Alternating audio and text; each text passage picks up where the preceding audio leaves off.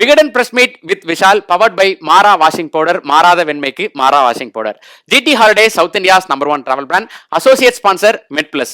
50 to 80% discount on MedPlus brand of medicines. 2024 is going to be a very, very crucial year for Indian film industry, for every artist, for every director, for every producer. ரிலீஸ்ன்றது ரொம்ப முக்கியம். அதே சமயத்தில் என்ன நாட்டு நிலவரம், என்ன நாட்டு நடப்பு, என்ன இண்டஸ்ட்ரியோட நிலவரம்னு யோசிச்சுட்டு வாங்க படம் எடுங்க. சும்மா எடுத்தோம் பார்ப்பாங்க. 26 நாங்க வரோம், நீங்க யார் வேணாலும் வந்துக்கலாம். அது அது அது உங்க இஷ்டம். நீங்க எல்லாம் கை தட்டினீங்களா, ஒருத்தர் சிக்ஸர் அடிச்சா, ஒருத்தர் ஹெலிகாப்டர் ஷாட் அடிச்சா நீங்க கை தட்டினீங்களா, அவரை போய் கேளுங்க. அவரும் ஒரு படம் எடுத்திருக்காரு, தமிழ் படம், திரைப்படம் எடுத்திருக்காரு, அவரை போய் கேளுங்க.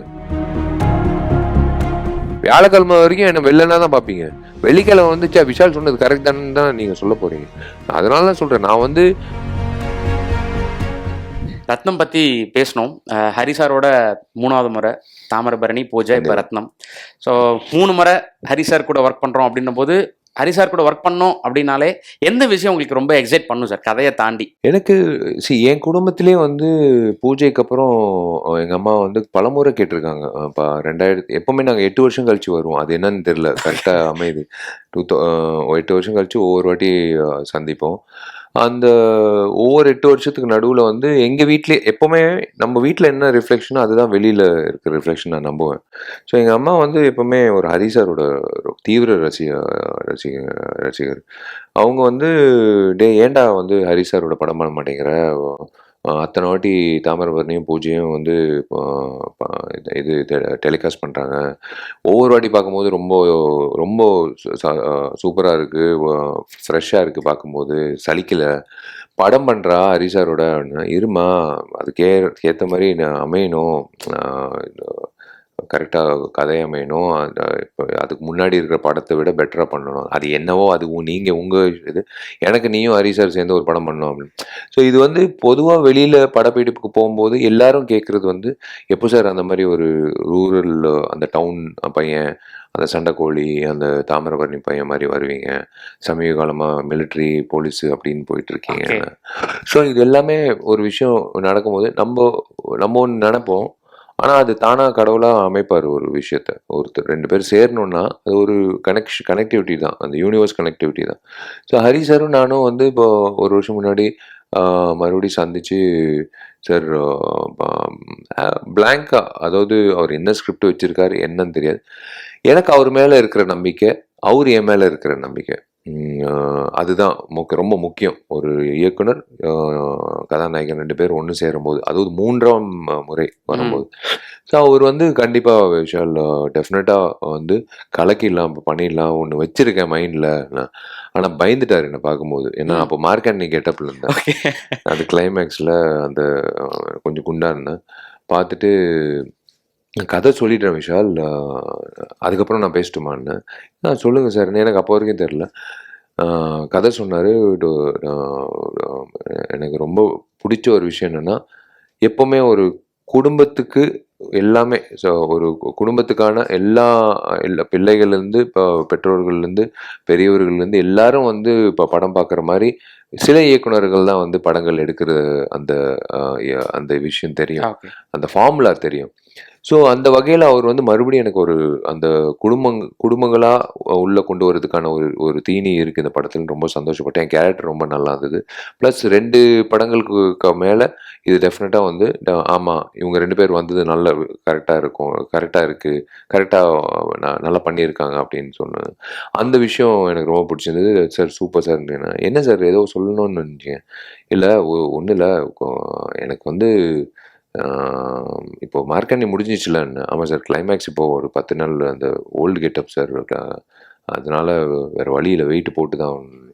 அதான் விஷால், எனக்கு ஒரே ஒரு விஷயம், எனக்கு அந்த 14 வருஷம் முன்னாடி இருக்கிற விஷால் வேணும். 14 வருஷம் முன்னாடி யூஸ்வலாக இவன் ஆதிக்கு என்னடான்னா, அண்ணன் கிளைமேக்ஸில் 60 வயசு மார்க் ஆண்டனியா வரணுன்னு, அது சரிடா ப்ராஸ்தட்டிக்கில் பண்ணிக்கலாம், பாகுபலியில் பயன்படுத்தின மேக்கப் ஆர்டிஸ்ட் நாயுடு வந்தார், இப்போ பண்ணாங்கன்னு.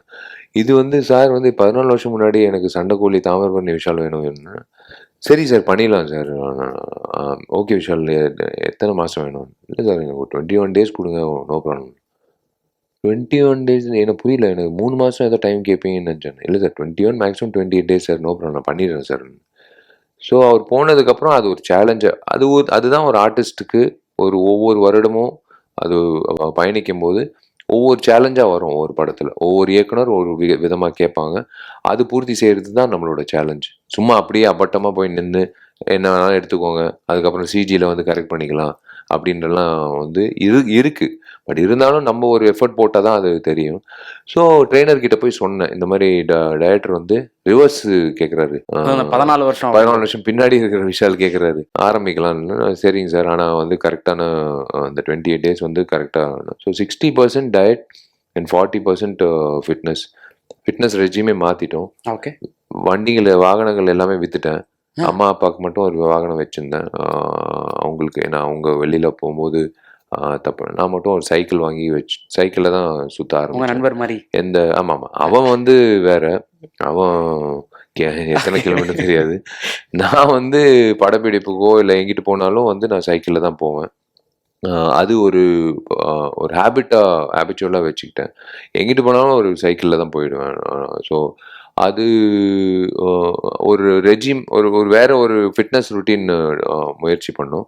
அண்ட் அதுக்கேற்ற மாதிரி உணவும் எடுத்துக்கிறது, அதுக்கேற்ற மாதிரி லைஃப் ஸ்டைலும் மாற்றிக்கணும். இது 3ம் சேர்ந்து கலந்து ஒரு 28 நாள் கழிச்சு ஹரி சாரை சந்தித்தேன். அவர் அப்படியே பார்த்தாரு, ஷாக் ஆயிட்டார்.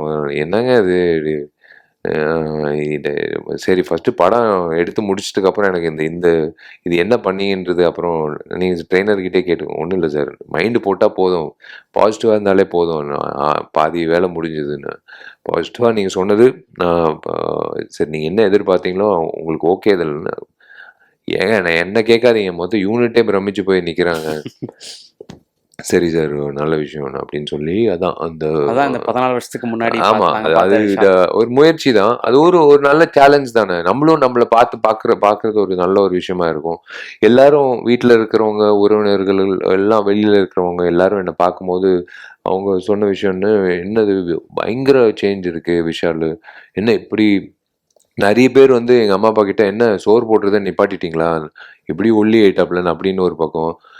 என்னப்பா இந்த மாதிரி ஒரு சேஞ்சுன்னு எல்லாமே பாசிட்டிவாக இருக்கும்போது எனக்கு இன்னும் உற்சாகமாக இருந்தது. I continue the regime.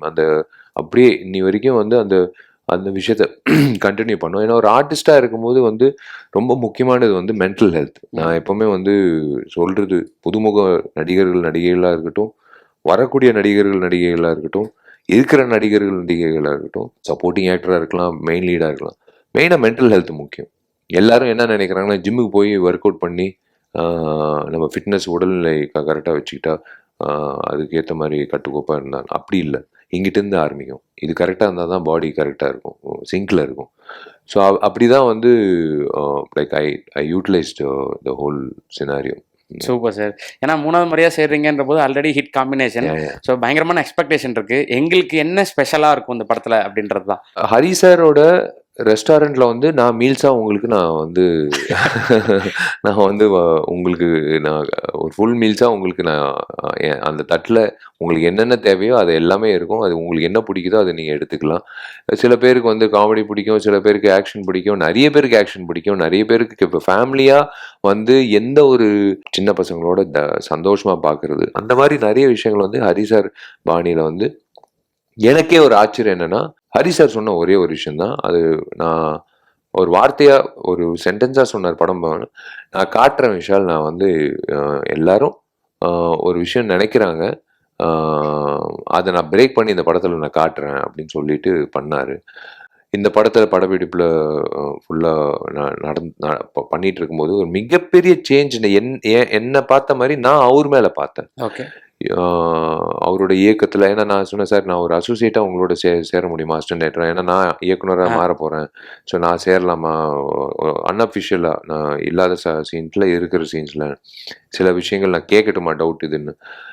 அவர் ரொம்ப சந்தோஷப்பட்டார். சில விஷயங்கள் வந்து ஒரு உதவி இயக்குனரும் பேசிக்கிட்டா எப்படி இருக்கும், அந்த மாதிரி விஷயங்கள் பேசிக்கிட்டு இருந்து, ஆமாம் சூப்பர், இது கரெக்டு விஷால், இல்லை விஷால் இது போதும் உனக்கு வேணும்னா வச்சு இன்னொரு ஷார்ட் இல்லை சார் உங்களுக்கு ஓகே உங்களுக்கு கரெக்டாக அமைஞ்சு இல்லை விஷயம் எனக்கு வர எமோஷன் பக்காவாக வந்துருச்சு ஒன்றும் பிரச்சனை இல்லைன்னு டப்பு அது அவர் டோட்டலாக அவர் பாணியை மாற்றிக்கிட்டார். அது இன்னைக்கு இருக்கிற காலகட்டத்துக்கு நம்ம எப்படி மாற்றிக்கணுன்றது ஒன்று இருக்குல்ல, அதே மாதிரி தான் அவரும் அந்த விஷயத்த பண்ணிட்டாரு. இந்த படம் ரத்னம்ன்றது கொண்டு வரும்போது எல்லாரும் அதான் அந்த 2 திரைப்படங்களுக்கு அப்புறம் இவங்க என்ன பண்ண போறாங்க அப்படின்றது ஒரு மிகப்பெரிய ஒரு விஷயம். ஒரு காம்பினேஷன், ஒரு வெற்றி காம்பினேஷன் வரும்போது அதுக்கேற்ற மாதிரி அவர் கொண்டு வந்துட்டாரு. இந்த படம் வந்து ஒரு ஃபேமிலி என்டர்டெய்னர். அதுதான் மெயின். யாருக்காக படம் எடுக்கிறோம், எதுக்காக படம் எடுக்கிறோம், எப்போ வந்து அவங்களுக்கு காட்டணும். விடுமுறை காலகட்டத்தில் குடும்பங்கள் வந்து எல்லாரும் வந்து அவங்க எதிர்பார்க்கறது என்டர்டெயின்மெண்ட்.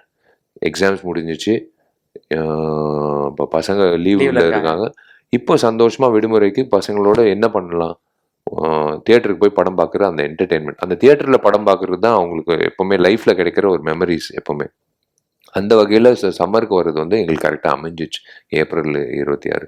அந்த வகையில் he's given a proper complete package சொல்வேன்.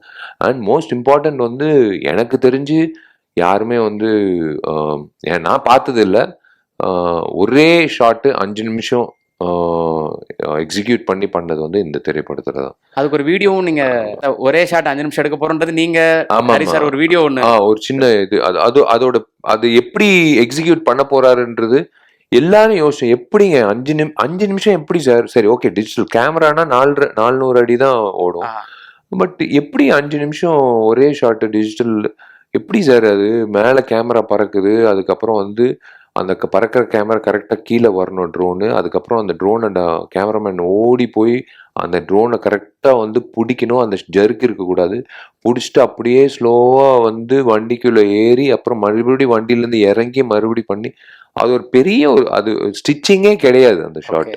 யூஸ்வலாக ஒரு ஓவர்லேப்பில் வந்து டக்குன்னு எடிட்டிங்கில் ஸ்டிச்சிங் பண்ணுவாங்க. எந்த ஒரு விஷயம் இல்லாமல் 5 மினிட்ஸில் ஆர்கானிக்காக ஒரு ஷாட்டு, ஒரு ஆக்ஷன் போர்ஷன் பண்ணியிருக்காரு. ஃபைட்டு, சேஸு, டைலாகு எல்லாமே சேர்ந்து. I mean hats off to that person Hari sir அந்த விஷயம் பண்ணதுக்கு.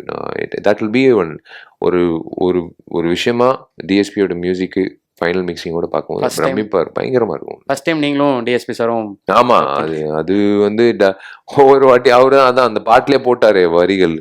அதுதான் வந்து என்கிட்ட ஒரு வருஷம் எப்பா எல்லா ஹீரோக்கும் ஒரு சூப்பர் ஹிட் பாட்டு கொடுத்து பட்டி தொட்டி வரைக்கும் சேர்த்துடுற, நீ மட்டும் வந்து யுவனோட மட்டும் நீ போயிட்டே இருக்க, என்னோட மட்டும் நானும் கேட்டு இருக்கேன். நான் 2 பேர் ஆக்சுவலா மலைக்கோட்டையில சேர வேண்டியது. நான் போய் ஆஃபீஸ் போய் மீட் பண்ணி எல்லாம் பேசி, பட் மிஸ் ஆயிடுச்சு. அப்புறம் மணி சர்மா சார் தான் பண்ணாரு. ஒவ்வொரு வருஷமும் எனக்கு நல்ல நண்பர், எப்படி வளர்ந்து வந்தாப்புலன்றது எனக்கு தெரியும். பிஃபோர் மியூசிக் டைரக்டராக இருக்கும் ஆகிறதுக்கு முன்னாடி எப்படி வந்து ஒரு டிட்டர்மினேஷனாக இருந்த ஒரு யூத், அந்த பையன் ஒரு கீபோர்டாக வச்சுக்கிட்டு எப்படி வரணும், முன்னேறணும், அந்த டைம்லேருந்தே எனக்கு தெரியும்.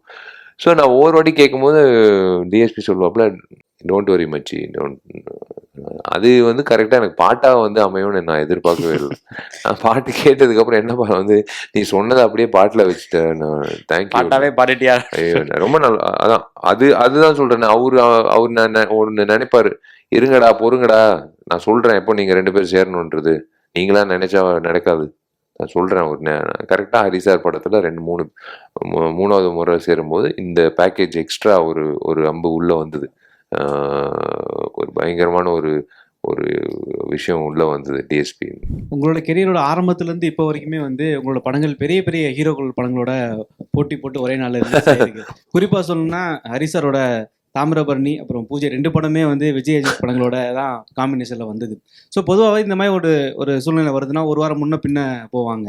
ஆனால் நீங்கள் அதை ஆரம்பத்துலேருந்தே நீங்கள் அதை அப்படி பண்ணாமல் ஒரே நாளில் ரிலீஸ் பண்ணிட்டு இருக்கீங்க. ஸோ இந்த ரீசன் என்ன சார்? அதில் உங்களுக்கு கிடைச்ச லேர்னிங் என்ன? இல்லை ஒரு டேட் எப்போவுமே விஷால் ஃபிலிம் ஃபேக்ட்ரி தொடங்கும் போது முதல்ல டேட்டை போட்டுருவோம், ரிலீஸ் டேட். நாங்கள் தான் ஃபஸ்ட்டு ரிலீஸ் டேட் போட்டுருவோம். அந்த டைமில் என்ன வருதுன்னு எங்களுக்கு தெரியாது. அதுக்கு பேக்வேர்ட்ஸாக நாங்கள் வேலை செய்வோம். அதே மாதிரி தான் இப்போ நானும் ஹரிசார் படம் பண்ணுறோம். இப்போ நாங்கள் வந்து ஒரு படம் எடுத்துகிட்டு ஒரு காலகட்டத்தில் மிடில் கிளாஸ் வீட்டில் வச்சுக்கோங்க, இஎம்ஐ கட்டணும், ஸ்கூல் ஃபீஸ் கட்டணும், கேஸ் சிலிண்டர் கட்டணும், அவங்க பட்ஜெட்டு கொண்டாட்டி பட்ஜெட்டு போடணும், எல்லா வகையிலையும் பார்த்துட்டு கடைசியில் வந்து இப்போ வந்து சரி சினிமாவுக்கு அப்படின்றது கடைசியாக தள்ளப்பட்ட ஒரு விஷயம் கொரோனாவுக்கு அப்புறம்.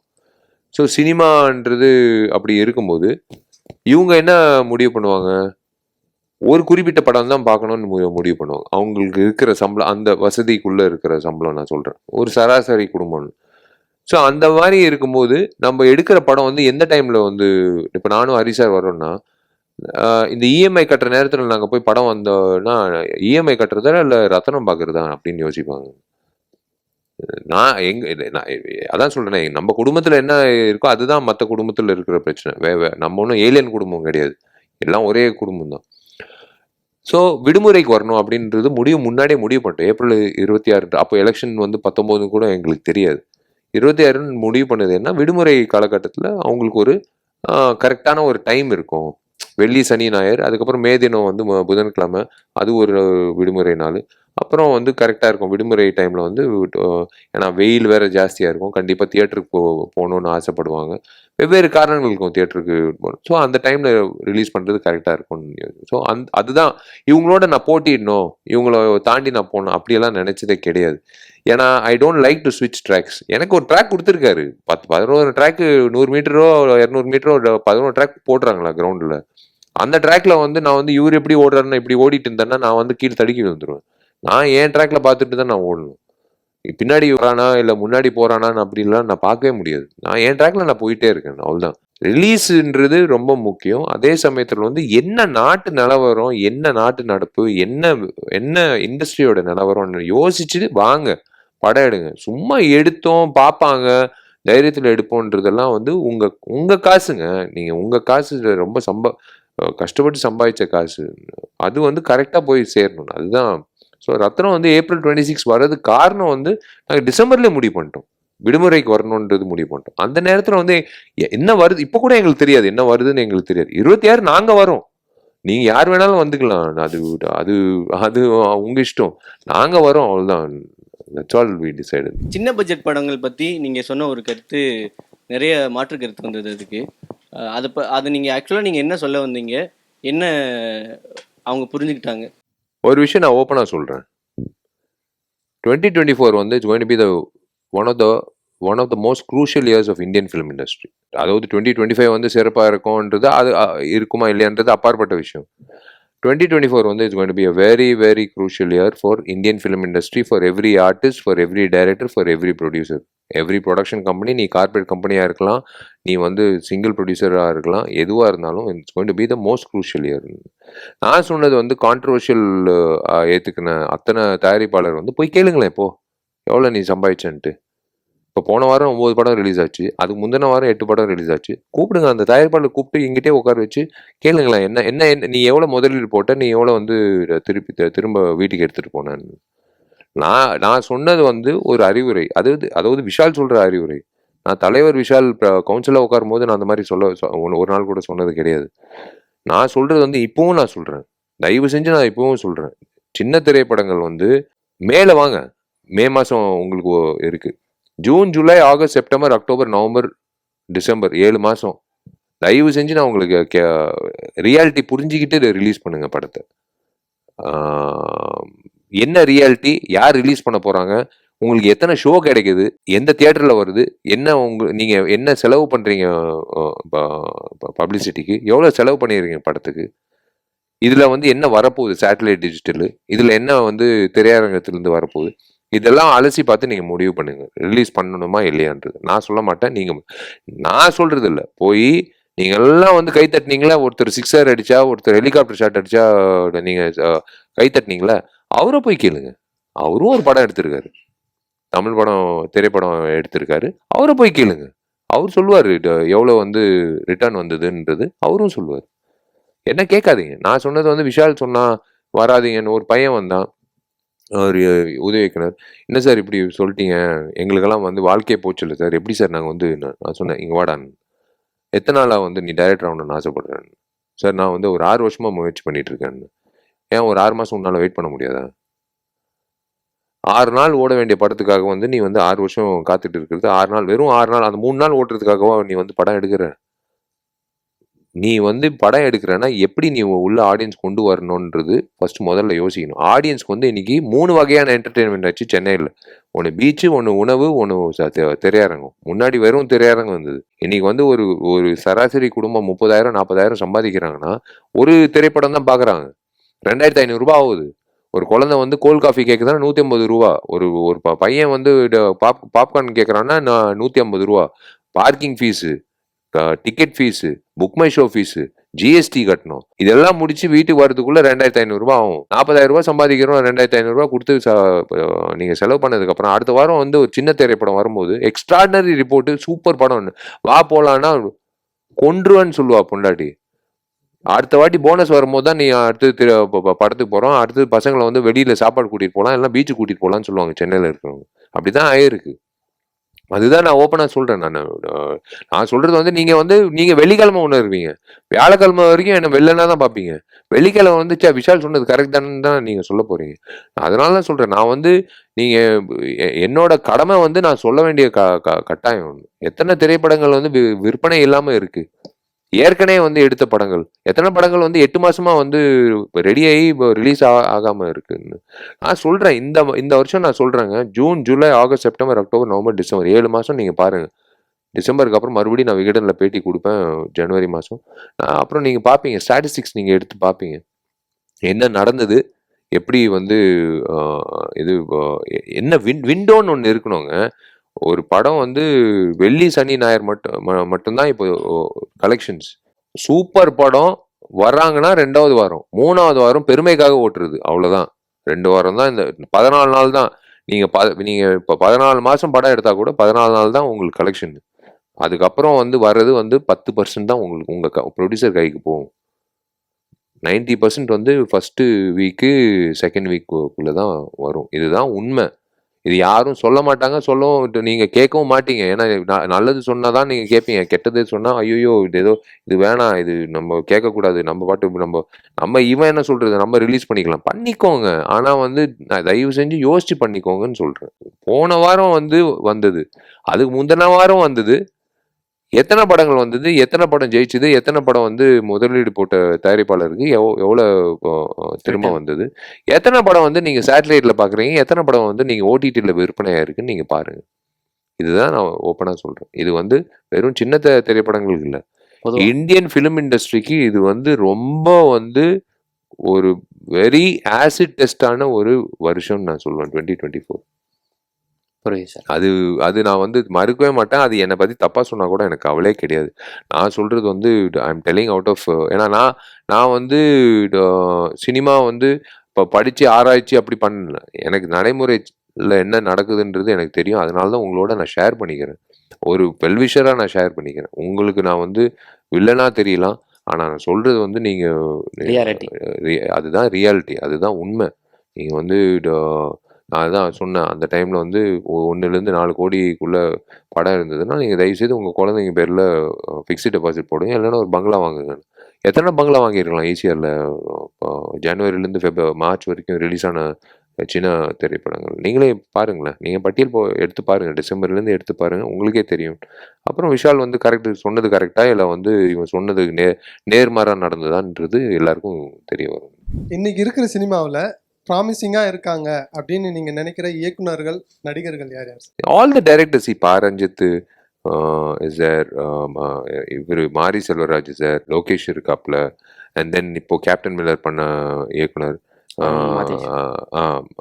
அருண், அப்புறம் அயலன் பண்ண Ravikumar director is there. Then there is lot of new, Pradeep இருக்காப்ல, ரங்கநாதன், தென் சித்தா திரைப்படம் அருண்குமார் பண்ண இயக்குனர். அப்புறம் நிறைய இயக்குனர்களுக்கு வந்து கரெக்டான பிளேஸ்மெண்ட் கிடைச்சிச்சுன்னா வேற லெவலில் போயிடும். அதான் ஆதிக்கு கிடைச்ச பிளேஸ்மெண்ட். அதான் நான் ஆதிக்கு எப்பவுமே சொல்லுவேன், ஆதிக் டே உனக்கு கரெக்டான ஒரு தயாரிப்பாளர் கிடைச்சிருக்காப்லடா. உன்னோட விஷன் வந்து வெறும் நான் மட்டும் உன்னோட பயணிக்க முடியாது, ஒரு கரெக்டான தயாரிப்பாளர் கிடைச்சதுனால தான் உனக்கு இன்னைக்கு வந்து அஜித் அவர்களோட படம் பண்றாருன்னா சாதாரண விஷயம் இல்லை. அந்த மாதிரி எல்லா இயக்குநர்களுக்கும் அந்த மாதிரி ஒரு வாய்ப்பு கிடைச்சா பெரிய லெவலில் வந்துடுவாங்க. ஆர்டிஸ்ட் வைஸ் கூட நிறைய பசங்க வந்துட்டு இருக்காங்க. என்னை பொறுத்த வரைக்கும் அவங்க எல்லோருக்கும் வந்து நான் ஒரு ஒரு விண்ணப்பமாக வைக்கிற ஒரே விஷயம் வந்து பொறுமையாக இருங்க, அவசரப்படாதீங்க. ஷூட்டிங் போகணும், ஐயோ 10 நாளில் ஷூட்டிங் போலியே, வீட்டில் என்ன சொல்ல போகிறாங்க, வெளியில் என்ன சொல்ல போகிறாங்க, சும்மா இருக்கும்னு சொல்லுவாங்களே அப்படின்ட்டு தயவு செஞ்சு சும்மானாச்சும் ஒரு படத்தை ஒத்துக்கிட்டு படம் பண்ணாதீங்க. பொறுமையாக இருங்க. 6 மாதம் சும்மா இருந்தால் கூட தப்பே கிடையாது. 6 மாதம் சேர்த்து உங்களுக்கு சக்ஸஸ் கொடுக்கும் அடுத்த படம். ஸோ அந்த மாதிரி வந்து இப்போ இன்றைய சூழ்நிலைக்கு வந்து தயவு செஞ்சு வந்து உங்கள் கால் ஷீட், உங்கள் மாதங்களை ஃபில் பண்ணுறதுக்காக படங்கள் பண்ணாதீங்க. உங்கள் பேங்க் பேலன்ஸ் ஃபில் பண்ணுறதுக்காக மட்டும் படம் பண்ணாதீங்க. நீங்கள் வந்து கரெக்டான படம் பண்ணீங்கன்னா ஆட்டோமேட்டிக்காக எல்லாமே வந்து உங்களுக்கு பேங்க் பேலன்ஸும் வந்துடும், உங்களுக்கு வந்து எல்லாமே வந்து கரெக்டாக அமையும். ஸோ அப்படி யோசிங்க, கொஞ்சம் பொறுமையாக யோசிங்க. பொறுமைன்றது ரொம்ப முக்கியமான ஒரு விஷயம் இன்றைய இளைஞர்களுக்கு, வரக்கூடிய இளைஞர்களுக்கு, இருக்கிற இளைஞர்களுக்கு எல்லோருக்கும் வந்து, எனக்கும் உட்பட பொறுமை தேவை. டெய்லி ஷூட்டிங் போகணும், சாயம் மேக்கப் பூசிக்கணும், நடிக்கணும் அப்படியெல்லாம் கிடையாது. வர நேரத்தில் நல்ல படம் வந்ததுன்னா அது வரைக்கும் வெயிட் பண்ணிட்டு பண்ணாதான் இன்றைக்கு இருக்கிற ஆடியன்ஸோட மைண்ட் செட்டில் விஷால்ன்ற படம் நான் பார்க்க போகிறேன், நான் என்னோட சம்பளத்தில் ஒரு தொகையை வந்து விஷால் படத்துக்கு நான் வைக்க போகிறேன் அப்படின்றது, நான் வந்து அந்தளவுக்கு ஆழமாக போகணுன்னா நான் கரெக்டான படத்தில் இருக்கணும். அதுதான் உண்மை. தென் சார் டேரக்டர் சொன்ன மாதிரி ஆர்டிஸ்டர் நேம்ஸ் ஏதாவது ஷேர் பண்ணலாமா சார்? ஆர்டிஸ்ட் நிறைய பசங்க தாடாவில் பண்ண அந்த தம்பி இருக்காப்புல கவின். அப்புறம் லாட் ஆஃப் ப்ராமிசிங் டேலண்ட்டுங்க. நிறைய பேருக்கு வந்து வாய்ப்பு இல்லாமல் there waiting still for chances. நிறைய பேர் இருக்காங்க யங்ஸ்டர்ஸ். முக்கியமாக actresses, that's what I feel wanted to say. Like actresses வந்து you know always wait for the right opportunity. வரும் ஆப்பர்ச்சுனிட்டிஸ் வந்து எப்போவுமே ஒரு பர்சன்டேஜாக சொன்னீங்கன்னா 80% தான் they are not able to make it. only 10 or 20% only we are able to make it. அந்த 80% வந்து they have to wait. It is a mental agony situation தான். ஒரு வேலை கிடைக்காம எத்தனை நாள் தான் நம்ம வீட்டில் உட்கார முடியும்? சாஃப்ட்வேராக இருக்கலாம், இன்ஜினியராக இருக்கலாம், யார் வேணாலும் 6 மாதம் வந்து வீட்லேயே கேட்பாங்க, என்னடா வேலைக்கு போகாமல் வீட்லேயே உட்காந்துருக்க அப்படின்னு வீட்லேயே கேட்க ஆரம்பிச்சிடுவாங்க. மைண்டு பாதிக்கும், மைண்ட் செட் பாதிக்கும், நண்பர்கள் மத்தியில் வந்து ஒரு காம்ப்ளெக்ஸ் கிடைக்கும். எல்லாரும் வேலைக்கு போகிறாங்க, நம்ம மட்டும் வந்து வேலை இல்லாமல் சுற்றிட்டு இருக்கோன்ற அந்த காம்ப்ளெக்ஸ் இருக்கும். இது எல்லாமே மனநிலை பாதிக்கும். ஸோ மென்டல் ஹெல்த்தை பார்த்துக்கோங்க, அதுதான் ரொம்ப முக்கியம். நான் சொல்லிக்கிறது ஒரே ஒரு விஷயந்தான், தயவு செஞ்சு வந்து இந்த சைக்காட்ரிஸ்ட் போகிறது, இந்த தெரபிஸ்ட்டுக்கு போகிறதெல்லாம் வந்து என்னை பைத்தியக்காரன் நினைப்பாங்கன்னு அப்படின்னு நினைக்காதீங்க. அதெல்லாம் தவறே கிடையாது, போங்க. ஏன்னா அப்போ தான் உங்கள் மைண்டு வந்து ஃப்ரீயாக இருக்கும், ஒரு பெர்ஸ்பெக்டிவ் கிடைக்கும். இங்கிட்டு கரெக்டாக இருந்தால் ஆட்டோமேட்டிக்காக மொத்த பாடியும் கரெக்டாக இருக்கும். நீங்கள் வெறும் வந்து உடல்நிலைக்காக உங்கள் முகத்தை வந்து நல்லா பார்த்துக்கணுன்றதுக்காக அதுவும் பண்ணுங்க. பட் மென்டல் ஹெல்த்துக்காக நீங்கள் வந்து யோசிக்காதீங்க. இந்த தெரபிஸ்ட் போகிறதோ இல்லை சைக்காட்ரிஸ்ட் போகிறதோ தவறே கிடையாது. It is not a wrong thing.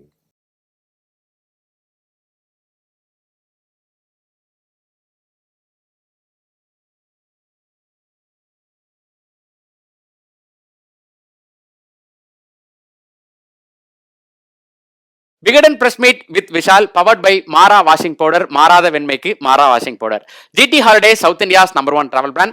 Associate sponsor MedPlus. 50 to 80% discount on MedPlus brand of medicines.